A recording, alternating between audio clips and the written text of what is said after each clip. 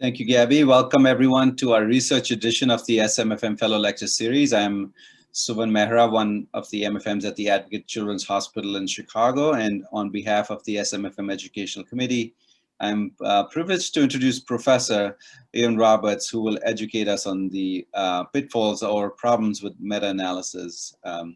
Dr. Ian Roberts is Professor of Epidemiology at the London School of Hygiene and Tropical Medicine.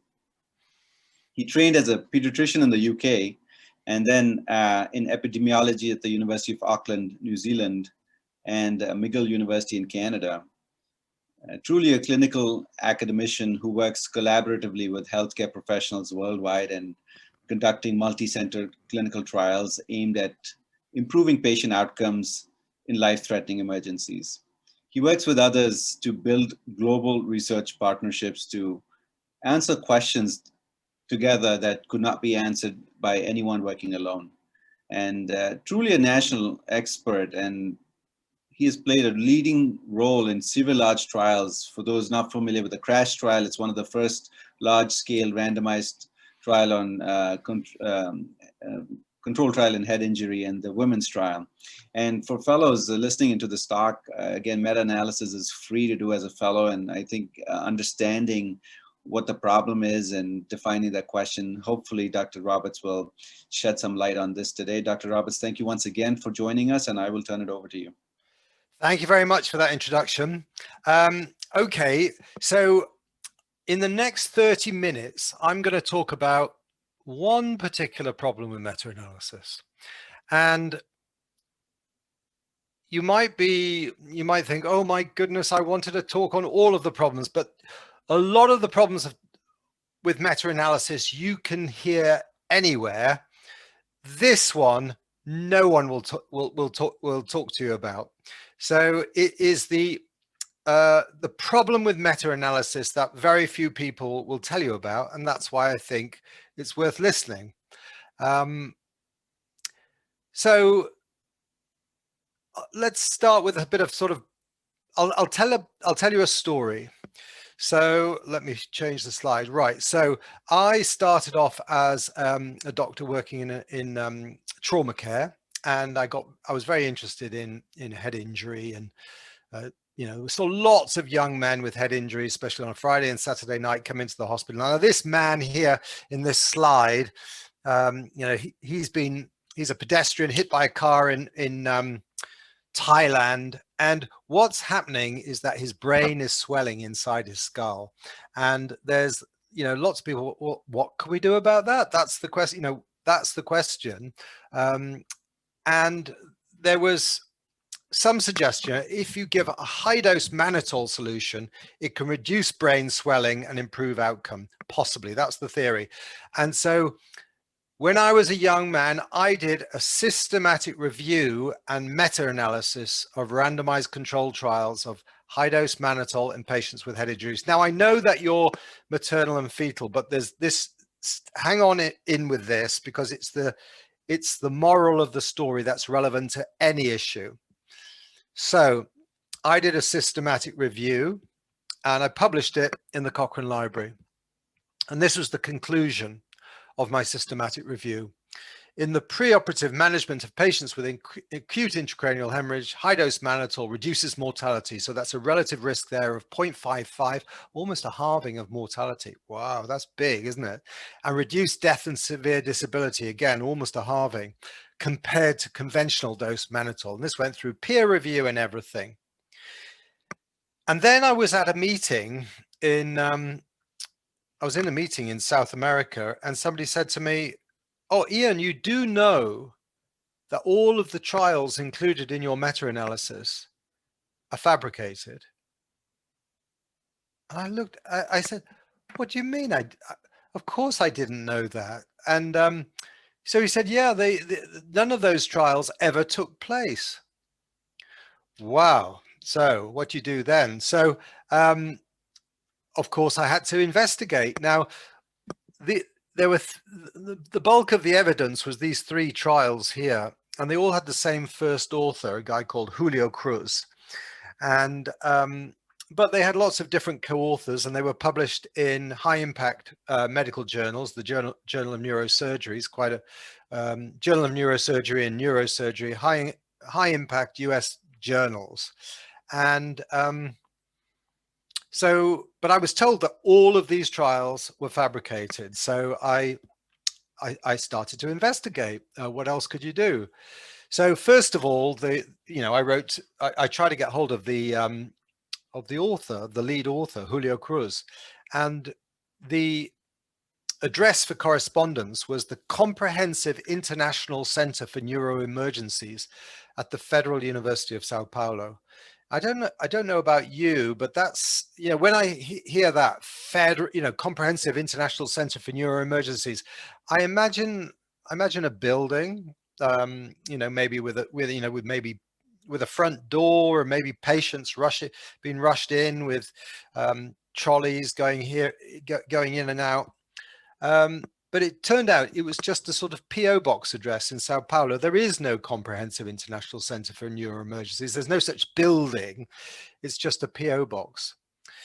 Julio Cruz was apparently a professor at the University of Sao Paulo. So I wrote to the University of Sao Paulo, says he never worked for us. I wrote to the Brazilian National Committee on Research Ethics. They could find no evidence that any of these studies ever took place. And I wrote to all of the co-authors. And they said, well, all the data collection was in South America, in Brazil. And, we just added our wisdom as, added our thoughts to the discussion. And so these are the, they wrote to me back. My favorite one is the second paragraph here. One of his Japanese co-authors, he said, since I did not conduct any study related to the results of Dr. Cruz's high-dose mannitol trials in Japan, I have no data. I did not know any part of the paper before he called me about acceptance in the journal. So what he said, in other words, is, he'd get a call from Julio Cruz, and Julio Cruz would say, wow, our paper's been published. And then, well, what paper? What have I published? So it's a kind of gift authorship that was going on. And, the other authors said, I just discussed with him on the phone my anecdotal experience, but I didn't contribute any data, but they were very happy to be co-authors. Then I wrote to the editor of the journal that published the trials. And I wrote to the editor of the Journal of Neurosurgery. And well, I tried to get him on the phone, and I couldn't get him on the phone. And so he left an email. He wrote this email message to me. He said, I've tried unsuccessfully to contact you by phone with regards to the Cruz papers. As you can tell, we all doubted the data. But to doubt is different from concluding that Dr. Cruz fabricated the data. This is my favorite one. I thought he did, but hoped, as stated in the editorial, that publication would encourage repetition of the studies. My editorial board thought Dr. Cruz's work should be published. I wouldn't trust the data. Well, that's nice. That's really interesting. So this is the editor of the journal now saying, I think the results are probably fabricated and I wouldn't trust them. So Julio Cruz committed suicide. So we never got to find out his side of the story. His co-authors refuse to this day to retract the papers. They remain available on PubMed, but I am reasonably convinced, I'm sure, that they never took place. Those studies were never done. So that was one of my early experiences with meta-analysis. I did this beautifully packaged meta-analysis, peer-reviewed, published on the Cochrane Library, based on 100% fabricated data. So, and something to think about. Maybe I was unlucky. And then it happened again. So this is a meta-analysis that I was involved in. I was very interested in resuscitation fluids. And there are two main, in those days, people were very interested in colloids. And they were like starch colloids versus albumin, which is the best. And there was one author who published a lot of work on this guy called Bolt, Joachim Bolt. And he is a German researcher. Well, he's a German, but I'm not sure if he's a researcher anymore. But so he published a lot of these trials, and they always tended to slightly favor hydroxyethyl starch. And then it all started to unravel, because he published mainly in anesthesiology journals, and he published one paper in Anesthesia and Analgesia, comparing hydroxyethyl starch. And some of the peer reviewers wrote to the editor and questioning the authenticity of the research. Now, normally, journal editors, they've got three things. A journal editor's got three options when they're faced with research that's potentially fraudulent. They can reject, they can accept, or they can investigate. Now, they hardly ever investigate. So they either reject, in which case it just moves along and the next journal will publish it, or they accept, like the previous one in the Journal of Neurosurgery did, but they never investigate. And the reason they don't investigate is because it's risky. First you've got to, it takes time and effort. And secondly, it opens up the journal to accusations of, what's it, libel, or slander or libel. And so they don't want to do it. But this particular editor, very rarely an editor took it up with a hospital, and the hospital made an investigation, and they couldn't find any evidence that any of the trials had ever taken place. And at the end of that hospital investigation, the university retracted 90 randomized controlled trials from the published literature. These are 90 reports of randomized controlled trials that are published in peer-reviewed medical journals. So they're all gone through peer review, no problem there, but they never took place. Now, just in case you think that 90 is a very high number, he's not the world leader in fabricated trials. This is the world leader. This is a man called Yoshitaka Fuji, and he used to worked in some very high-profile Japanese universities, and he has 183 retracted randomized trials. He didn't do any of them. He just sat in his office making them up.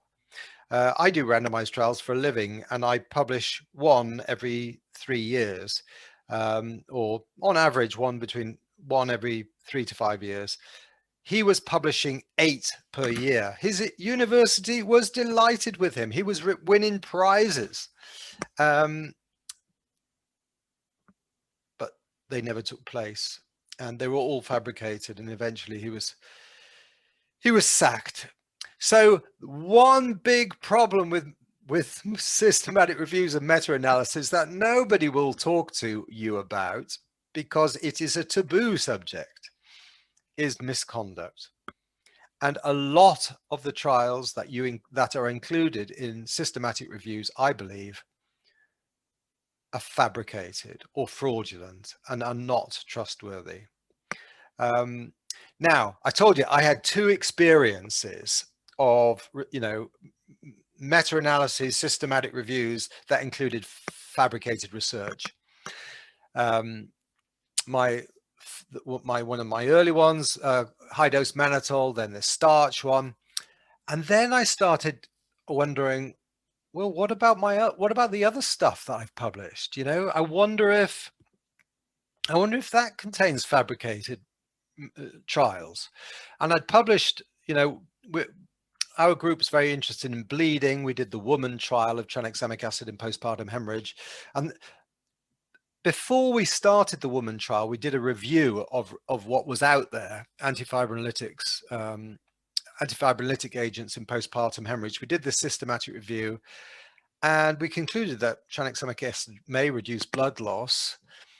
But then I thought, well, gosh, now I'm a different person. Now I'm much more skeptical. I don't believe a lot of these trials. So I went back and we did this, and we thought, well, let's start again. And be a little bit more careful and a bit more skeptical about the value about some of these included trials.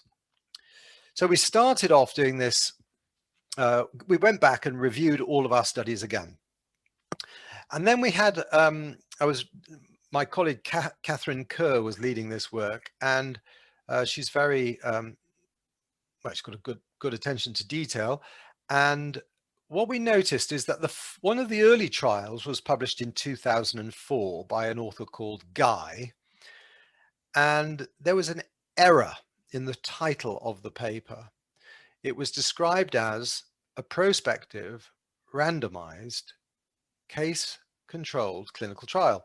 Now, hopefully, I hope you know enough about epidemiology to know that there are randomized trials and there are case control studies, but there are not randomized case control clinical trials. So that was an error in the title. Now, the thing that Catherine noticed is that quite a few trials, 8 trials, had made the same error. Or 7 other trials had made exactly the same error. They also put in their title that this was a prospective randomized case control study or case control clinical trial. So that's interesting. So now we're suspicious. So now what we do is we get all of the papers and we get all of these papers where we made the same mistake, and we print them off and we put them on the floor, and we're crawling around on our hands and knees looking at these papers. They've got all the same words in. They're randomized trials by different authors all around the world. You know, they're in India, in Turkey, in Iran, you know, lots of different countries. But they've got the same words, you know, cesarean section, blah, blah, blah, you know, cesarean section by delivery can more, you know, they're all the same words. So is this plagiary of the text and they're real trials? Or are they completely fraudulent? Well, then we looked at the results. So these are the results where these are results stratified by whether they had, you know, we'd suspected plagiarism, basically whether they'd made the same mistake in the title. And you can see that the ones who made the same mistake, they had almost identical results. You know, there's way too little variability here. That these trials, you know, are all the same. And even the ones where plagiarism was not suspected were pretty dodgy, I have to say. And what we did this time round, we asked for 2 extra things that we don't normally ask for. We said, can you send us a letter, your letter confirming ethics committee approval, and can you send us the data set? And then all sorts of interesting things started to show up. First, people would write back and say, well, actually, my hospital doesn't have an ethics committee. I would say, that's curious, because you said you got the ethics committee approval in your paper. Well, we had to say that to get it published, but it doesn't really have an ethics committee. Okay. And then we asked to see the data for lots of these trials. And then you realize what a dangerous world we live in, because there are floods, fires, termite infestations. So, you know, computers left in the back of cars get stolen.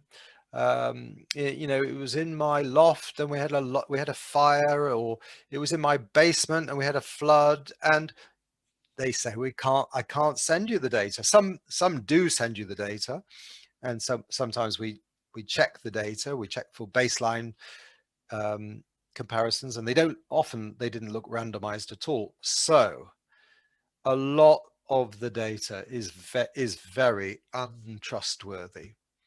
I mean, look at these ones with the plagiarism suspected. Now, if random allocation, if people are randomly allocated, so there's, you know, you shouldn't really expect 50-50. If you randomly allocate 100 people, the chances that you'll get absolutely equal numbers in both groups are relatively low. But you know that these are too similar because often they use simple randomization without any blocking or anything.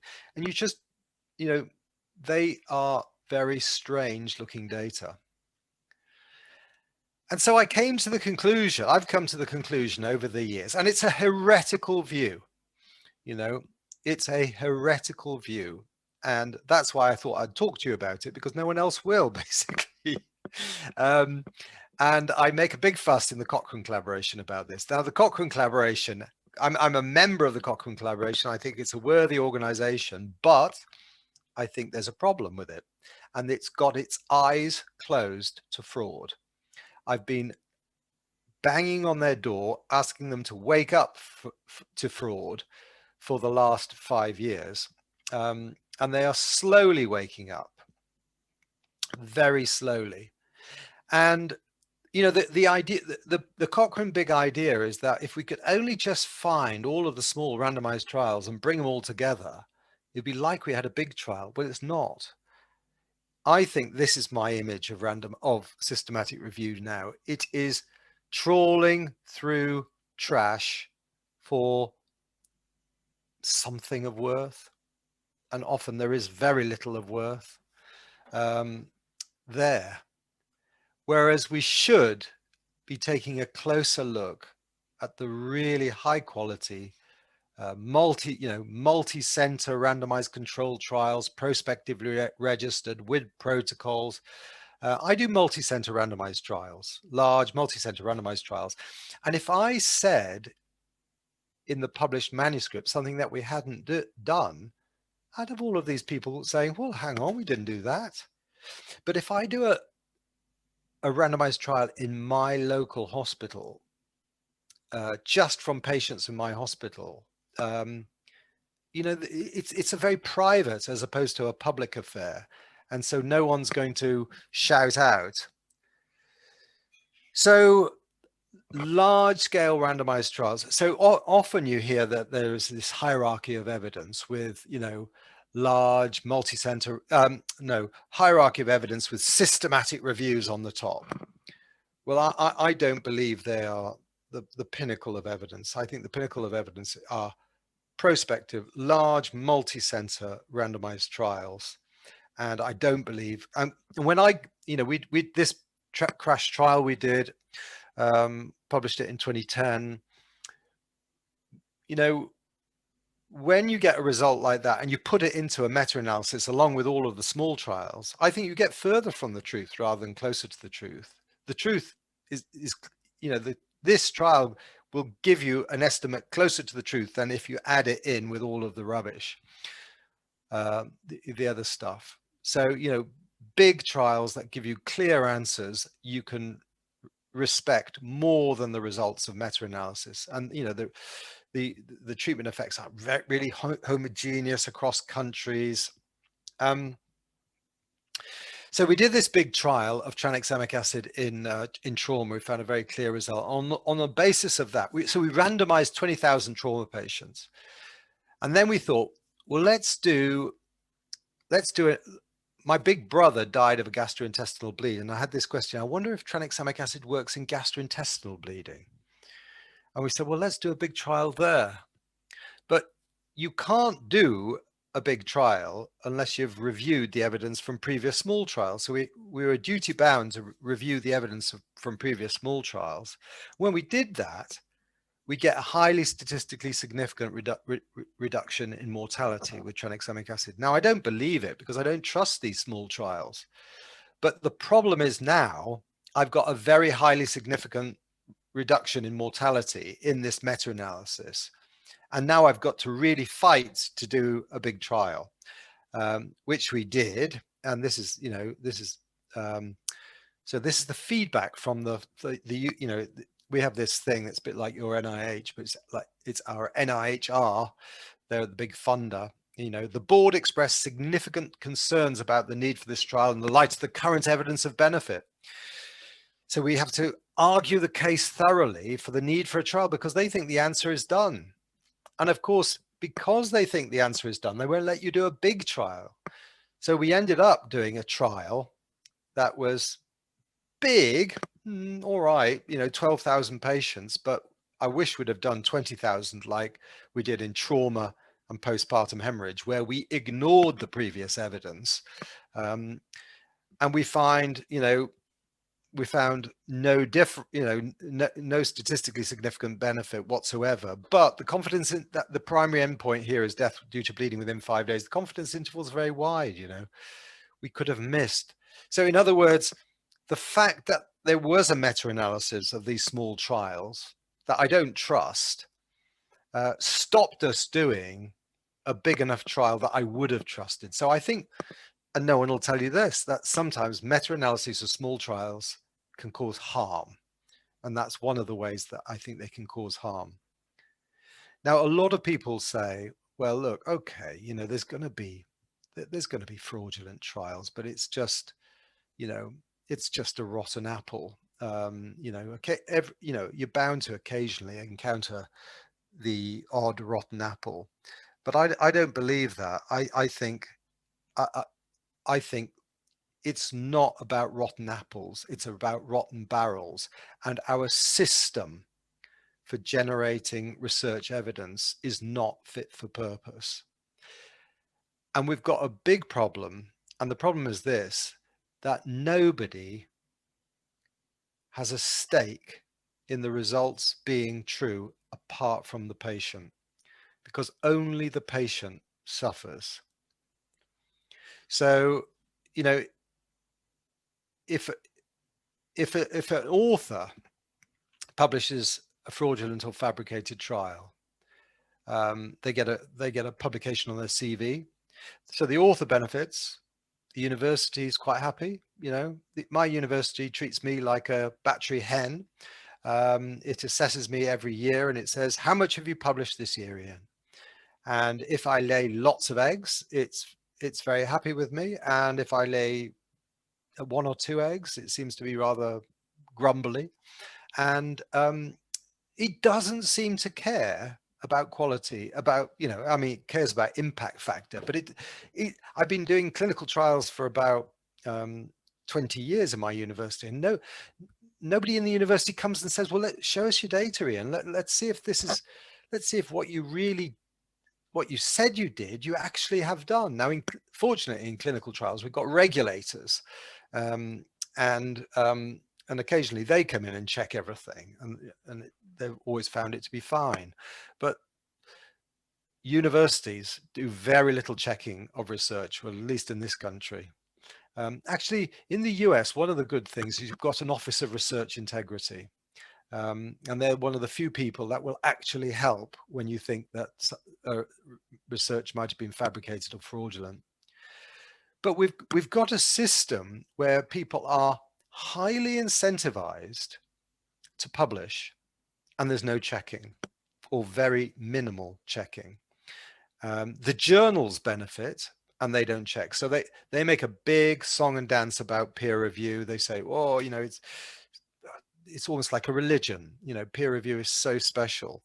But all that gets peer reviewed is the manuscript. All that gets peer reviewed is what the author said they did. They don't peer review the data. They don't peer review, they don't dig very deeply whatsoever.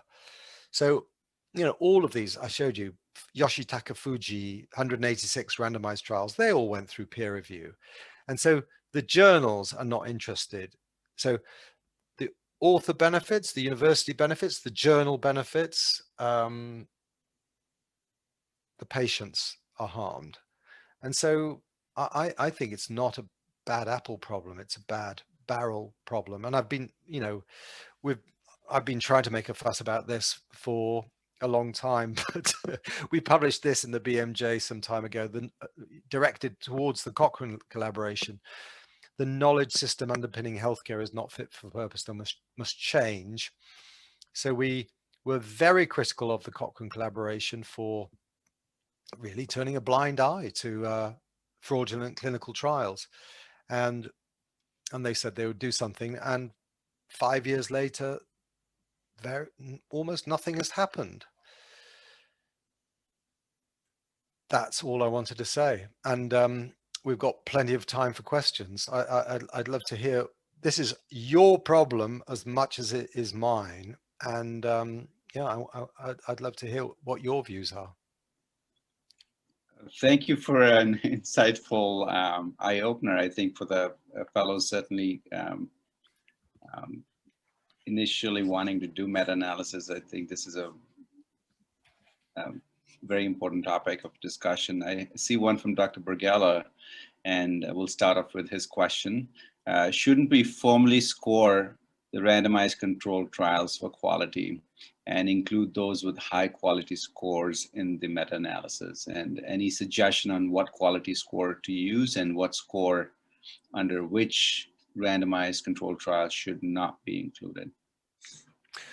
Well, okay, so the answer is yes, and there are all sorts of quality scores. There's the all sorts JIDAD score, there's a risk of bias score, but the thing about those scores is they score not what was done, but was what the author reported that they did. So, I mean, lots of people who write research reports, they know what the report should say to get published, right? They know, we've got to say this was a randomized, double-blind, placebo, because everybody knows what they should do.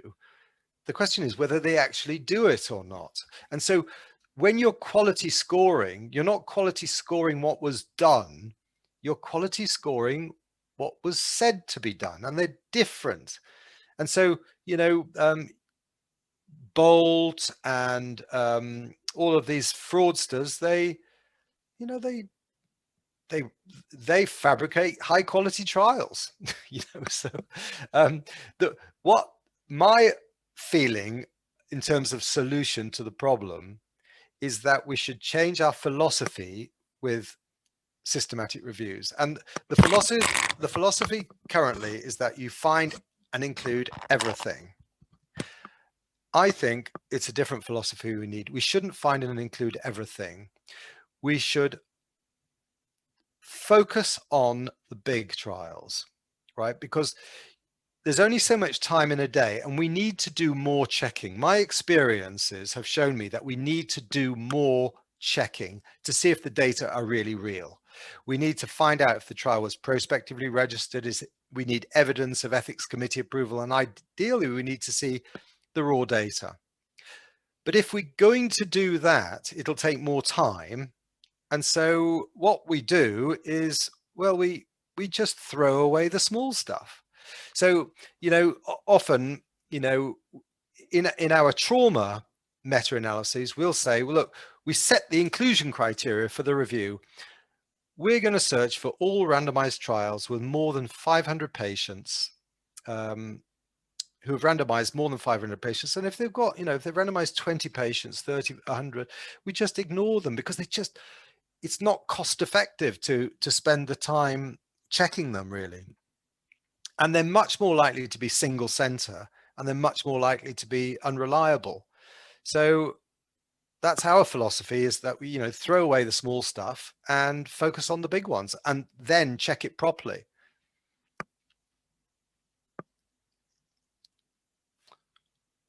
Oh, I can't. Suan, you're muted. Sorry, there's a statement from Luis Sanchez just saying that the research fraud impacts the literature, not just meta-analysis. So thank you for bringing that up. Fuad says it's a great talk, but what would the editors do, or what should they do as such a solution? And I'll tag along the second question, this question with one from Dr. Pistner saying, do you think that the journals should insist that the data being submitted in addition to the manuscript is important when a peer review is done? And if so, are you aware of any tools that could confirm that the data is legitimate? Yes. So I think this would be definitely a good step forward, so that you should publish your manuscript and you should publish your data. So we publish our global trials in medical journals, and then we make the data freely available on our data sharing website. And we think that's good. We think that's good practice. And that, you know, if someone wants to reanalyze the data, maybe they'll find we made a mistake. And if we made a mistake, we want to know about it. So, you know, they can, once we've finished, you know, once we've done the analysis that we plan to do, we make the data available on the website. People can, you know, do analyses that they're interested in. In some of our big trials, we've found a 5-to-1 ratio of other persons' analyses to our analyses. So there have been 5 times more papers written about the trials that we've run by others than us. So trials are a public resource, really. The data in them is a public resource. So I definitely think the data should be publicly available and available for scrutiny. My personal solution to the problem of publication and fraud is this, that the results from randomized trials are actually, they're almost too important to be published. So I think there's this publication game, and it's a game that doctors play for their career development, and randomized trials shouldn't be mixed up with that. You know, if they want to publish them, they can, but you should do a trial and the results should be made available. You know, the raw data should be made available somewhere. If you want to publish it as well, that's fine. It's moving in this direction. Clinicaltrials.gov with publicly funded, with taxpayer funded trials in the US, you have to publish the results on clinicaltrials.gov within a year. And I think that's a really good thing. And so it's basically trying to separate, or you, if you don't, you're breaking the law. So what you're doing is you're separating trials from publications. And, you know, if they want to be published as well, that's great. But the main thing is that the data is made publicly available. The next few questions are, you've just answered it. It said, should people submit de-identified data as part of the original submission? I think you said that. And does analyzing the patient's level data protect against fraud? This was from Will Williams. I think you've answered that as well.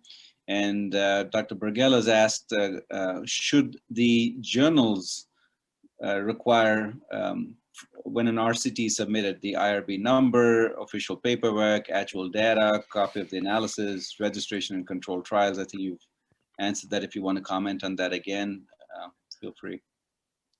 I mean, the problem with should the journal type solutions is that they really won't, you know, because like you'll have heard of the consort statement for the reporting of randomized controlled trials. Now that was, I don't know, the consort statement's like maybe 20 years old, or you know, it's been out there for ages, and most journals and a lot of journals still don't follow it. So journals are mostly commercial enterprises. You know, their main objective is to make money, and they're not, you know, their main objective is not to publish truth.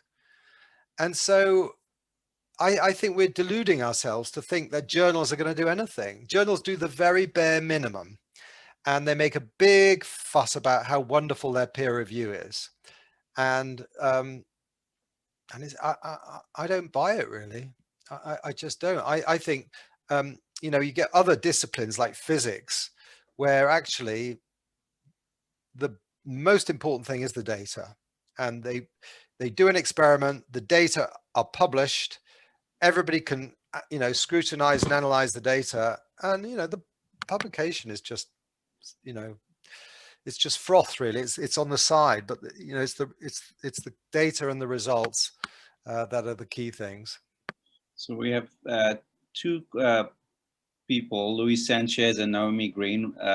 Dr. Sanchez says he's encountered similar problems in studies, but not to the degree that is described today. Is the problem truly that prevalent? And in summary, is meta-analysis, as Trump says, fake news? Is meta-analysis fake news? Well, I think most meta-analyses contain fraudulent trials. And I believe that a lot of the things we think are true are not true. You know, a lot of, especially in obstetrics, where meta-analysis, you know, really took root in pregnancy and childbirth. And, you know, we've got lots of meta-analyses of small trials. We've got some superb big trials. You know, we've got the, you know, Magpie trial of magnesium in preeclampsia. You know, some of the things we really do know from big trials. I think the woman trial is one of them. I think tranexamic acid really does reduce death from postpartum hemorrhage. You know, we found that in 20,000, in a randomized trial of 20,000 women with postpartum hemorrhage. We got exactly the same result in trauma patients, and the biological mechanism of action is right and everything works. And, you know, I believe it. But a lot of the stuff from meta-analysis of small trials, I'm more skeptical about, you know, even stuff, some things that we think are gospel. I'm really looking forward to some big trial data on antenatal corticosteroids. I think that's likely to be beneficial, but there are lots of things that we do that we think are really good that might not be. I really believe that. I mean, it takes us to the next question from Naomi Green, saying that if we throw away the small stuff, are we going to discourage research in under-resourced or less advantageous communities? And in general, the results may not be applicable to populations in certain areas, less represented areas. I don't think so. I think the way forward is collaboration. You know, and that people should be rewarded for recruiting patients into randomized trials. So the woman trial recruited primarily in Nigeria and Pakistan, and it's changed practice around the world. So it's under-resourced countries, so-called, can do and do some of the best research in the world. You know, in fact, I think it's the opposite problem. You're more likely to get shoddy, you're just as likely to get small, underpowered randomized trials from high-income countries, where you've got, you know, where it's like a beauty contest between academics to get, you know, who's got the nicest looking CV. And so they do lots of small single-centered trials in their particular institution, and they don't add much to science, frankly, especially because, you know, small trials are also more prone to selective publication. So you get a small trial with a dramatic result, it gets published. You get small trial with a negative so-called result, and they won't get round to publish it. So the small trials distort the medical literature. So I don't think we're you know, disadvantaging low resource settings by saying, you know, get rid of the small stuff. That takes us to the question from Dr. Shami on hierarchy. Should we move the randomized control trials to the top of the research pyramid instead of the meta-analysis and the systemic reviews? Well, yeah, the very large, I mean, random error is an error, you know, like, and there is one mistake I think we all make is that we say, well, it was a small trial, but it was high quality. Well, that's an oxymoron. There are no small high quality trials, because small means low quality, because size is an issue, is a quality parameter as well. So, you know, you can do everything technically right and everything, but if you've just got, you know, 50 or 100 patients, you know, depending on what the outcome is, but if it's grossly underpowered, there is no small high quality trial.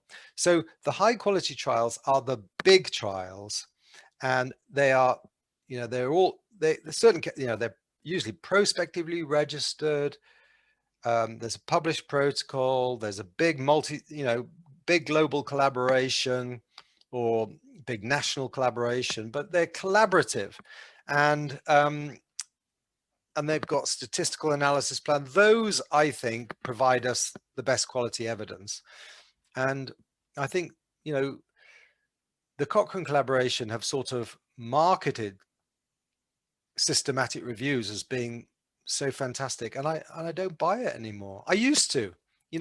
You're talking to a man who's like, it's like when I first encountered the Cochrane collaboration, it's like I fell in love with them. I just thought, oh my goodness, they're so fantastic. What a great idea. Why didn't I think about this myself? And it was really like a falling in love. But now I've fallen out of in love. I'm not in love with the Cochrane collaboration anymore. It's like after 20 years of marriage, I'm now noticing all the flaws. Do you ever go back to some of these trials and reanalyze them, or who polices them? And should you reanalyze some of these larger trials? Some of the larger trials, or some of the systematic reviews. Systematic reviews, yeah. Well, yeah,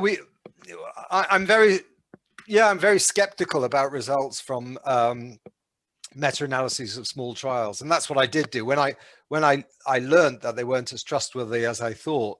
As I showed you, I went back and rerun the whole thing, and I'm much more skeptical now. So the question on policing, this is from an anonymous attendee. What about the reliability on the multi-center trials funded by industry, and especially when the authors have conflicts of interest and ties to companies? Yeah, I think, often, I think, it's not only industry that has conflicts of interest. Everybody has conflicts of interest. Doctors have conflict of interest. And so having conflicts of interest per se is not the problem. You should declare them. If I'm going to make a lot of money out of the result being one way or the other, then, people need to know that. So you should declare your conflict of interest. But having them, I don't think is necessarily the issue. And so I don't make a big separation between industry bad, academic good. I don't buy that. You get bad academics and bad industry. And what you need to do is just take them at face value and check them thoroughly and scrutinize them, make sure the data is real, and move forward like that. That's what I feel.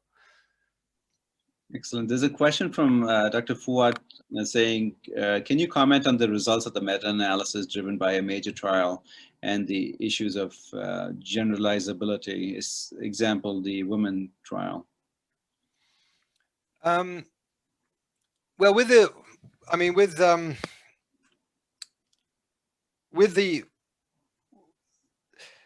with tranexamic acid in postpartum hemorrhage, meta-analyses of small trials show that tranexamic acid dramatically reduces blood loss.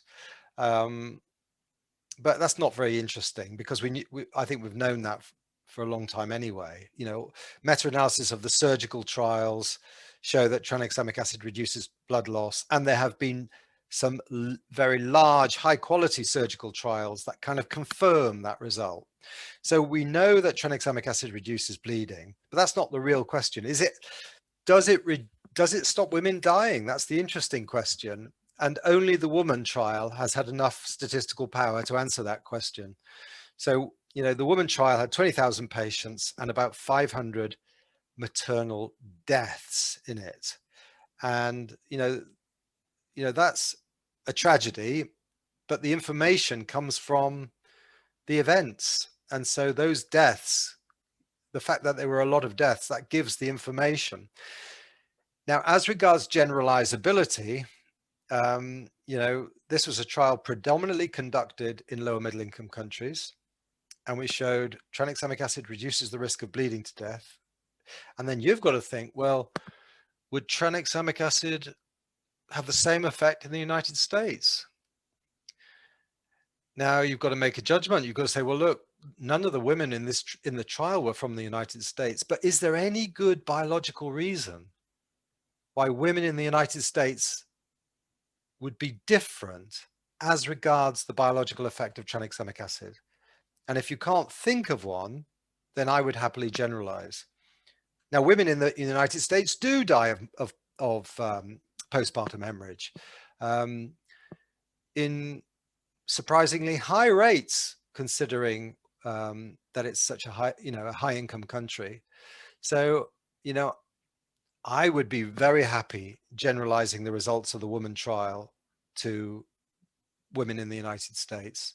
I mean, your rate of death is thankfully much lower than it is in Pakistan and Nigeria, where women are often women are profoundly anemic before they start bleeding, and so they die very quickly. But if a woman did die in the United States from postpartum hemorrhage, and you haven't given the only drug ever shown to reduce mortality in a randomized trial, then that would be a little bit difficult, I think. Thank you. Now, I think this it's a controversial topic by far, and Dr. Graham brings up a question on progesterone and preterm birth. And recently, do you feel that there are flawed studies as contributing to the problem in this analysis, I guess? I can't answer that one because I'm not a I used to be a pediatrician. I used to know a lot about neonatology, but now I've forgotten it all. And so I don't know enough about the story there. So unfortunately, I can't answer that question. All right. One question about having from the University of South Florida. Do you feel that the Prospero registration could help with this problem? Or I guess it's one of the... Yeah, I think Prospero, for those who don't know, Prospero is a place where you register systematic reviews. Now, I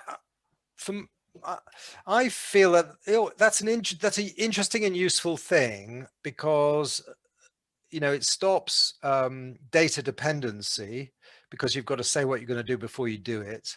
And it's helpful in that it reduces duplication. Say lots of people are going to do the same systematic review, and they all register them on Prospero, and you can say, oh, look, someone is already doing this. But I don't think it will help very much with the quality of meta-analysis. What will help with the quality of meta-analysis is trial registration. So that our Cochrane group, we believe that meta-analysis should work from trial registers. So what you want to do is you want to have like an inception cohort of randomized trials. So, trial registration is like the start of a marathon, right? And when you do a systematic review, you want to get a full census of all the available trials, but you want a full census of the starters and not the finishers, right? So lots of people start a marathon, but they drop out on the way. And if you only, meta-analyze the winners, the ones who get to the end, then you get distorted results because of selection bias. So what you want to do is look at trial registries, find out, and then you find out, look, there's been 60 trials on this topic. They're all, I can see them all on the register. Now I want to get a result for every one of those trials, because that will reduce the impact of selection bias. So trial registries are important, and Prospero is important too, but it's when it comes to systematic reviews and improving their quality, it's trial registration and taking, and using trial registration when you're doing the searching for trials. Thank you. So I don't see many more questions coming in, but let me ask you this. So as going back, if you could go back in time and do that same study again, as we have a lot of fellows wanting to go up and consider systematic reviews and analysis, what would your key take-home points be for them? Or how would you do it again? I would, we do it very much different. We're much more skeptical. So when we see a manuscript in a peer-reviewed medical journal, you've got to have in the back of your mind that the fact that this might not have ever taken place. It might be someone found a similar manuscript in another journal and they just took it and plagiarized it and made it sound like they'd done a different trial and they hadn't. or they could just sat in their office like Mr. Bolt did and fabricated it. So you've just got to have much more skepticism, and generally to test that skepticism, you know, to test it out, you've got to contact the author and say, look, you know, send us your ethics committee approval, send us the raw data.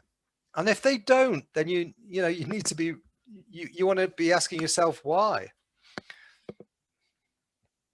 Thank you. That's very informative. Thank you all for joining in. This was quite a wonderful discussion. Professor Roberts, thanks for this discussion. For those online, I just want to put in a little plug for our annual meeting. It's going to be virtual this year, so a notice should be coming out in November. And for those fellows, please join us on the first and third Wednesdays of every month for the fellow lecture series. The next one's lined up on the 4th of November with Dr. Kim Fortner on STIs and pregnancy. Professor Roberts, thank you for your time. I know you're in London at 5 p.m., but thanks again for joining us. Thank you very much for having me. Take care. Bye-bye. Bye-bye. Thank you.